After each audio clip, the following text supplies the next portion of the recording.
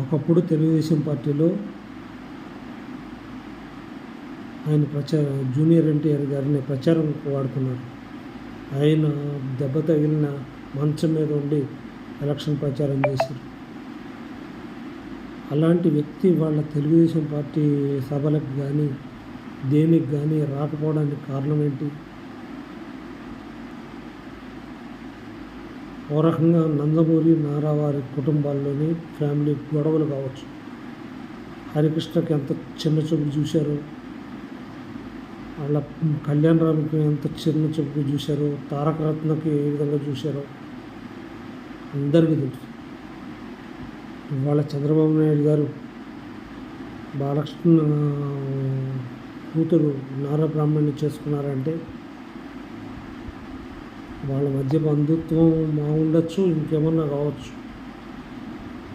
నందమూరి నుంచి ఇబ్బంది లేకుండా ఉండాలని చేసుకోవచ్చు.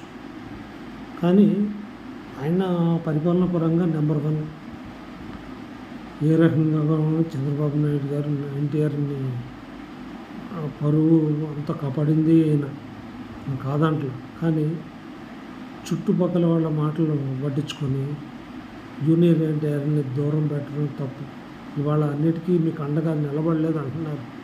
మీరు జైల్లోకి వెళ్ళినప్పుడు అండగా లేదు అంటున్నారు. మీరు ఎంతెంత చేశారండి? మీ చుట్టుపక్కల వాళ్ళు ఎంత అవమానించారు? బాలకృష్ణ గారు కానీ ఇంకా మిగతా సభ్యులు ఒక్కొక్కళ్ళు ఒక్కొక్క రకంగా నీచంగా మాట్లాడారు. ఎన్టీఆర్ మొహం ఎలా ఉందండి? సేమ్ అచ్చు ఉద్దినట్టు అన్నగారి రూపంలో ఉంది. అటువంటి మనిషిని పట్టుకొని కులం ఏ కులం అయితే ఏంటండి? మీరు కమ్మళ్ళు అయితే మీరు కమ్మళ్ళకి ఏమైనా చేస్తున్నారా? పోనీ మన కమ్మ కులంలో చెప్తున్నా కదా, మీరు కమ్మ కులంలో ముఖ్యమంత్రిగా చేస్తున్నారు. మన కమ్మాళ్ళకి ఎవరికన్నా ఆదుకున్నారా? ఎవరికి చేయరే. ఏం కులం ఏం చేసుకుంటారండి? కట్టు చచ్చేటప్పుడు ఎవరైతే ఆయన ఎందుకు తప్పుదో పడుతున్నారు? ఎందుకు కలవకూడదు? అన్నగారి బిడ్డ, అన్నగారి మనవడు, నందమూరి హరికృష్ణ కొడుకు అంత కానివాడు అయిపోయాడు. మీకు ఈరోజు మీ అవసరాల కోసం అన్నిటికీ వీళ్ళు కావాలి. ఆయనకి ఇప్పుడు అర్హత అనేది సీఎంగా కావాలంటే మీ సీఎం కొడుకు సీఎం కాడండి. అది కష్టపడే తత్వము అన్నీ ఉండాలి, చేతల సత్తా ఉండాలి. ఇవాళ మీకు నారా లోకేష్ గారు అంటే ఆయన విడిగా యోగాలను చేశారు, ఓకే. ఇవాళ కాకపోయిన పొద్దున్న ఫ్యూచర్ ఉంటుంది.